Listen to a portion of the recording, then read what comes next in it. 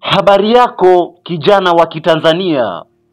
Leo tutaangalia kwa undani baadhi ya maisha yanayokuwa baada ya kujiunga na jeshi la JWTZ. Kikubwa, share video hii, usisahau kusubscribe. Namba 1, ratiba ya maisha jeshini. Maisha ya JWTZ yanatawaliwa na ratiba, mfano kuamka alfajiri, kufanya mazoezi, kazi za kijeshi na nidhamu ya hali ya juu. Hii inamsaidia mtu kuwa na maisha ya mpangilio na nidhamu binafsi.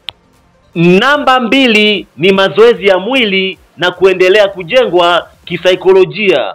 Hata unapojiunga na JWTZ, tegemea kukutana na mazoezi kama kawaida, lakini lengo la jeshi ni kuhakikisha wanajeshi wanabaki kuwa na afya bora, lakini na kuendelea kuimarika kiakili pia. Namba 3 ni ushirikiano wa kijeshi na maadili.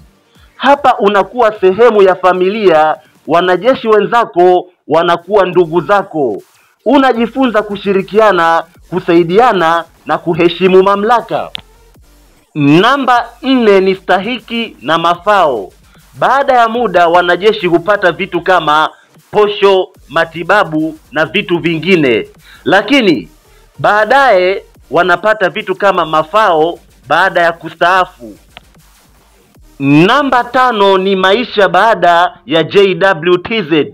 Waliostaafu JWTZ, kuna watu wanakuwa viongozi, wakufunzi au wafanyabiashara.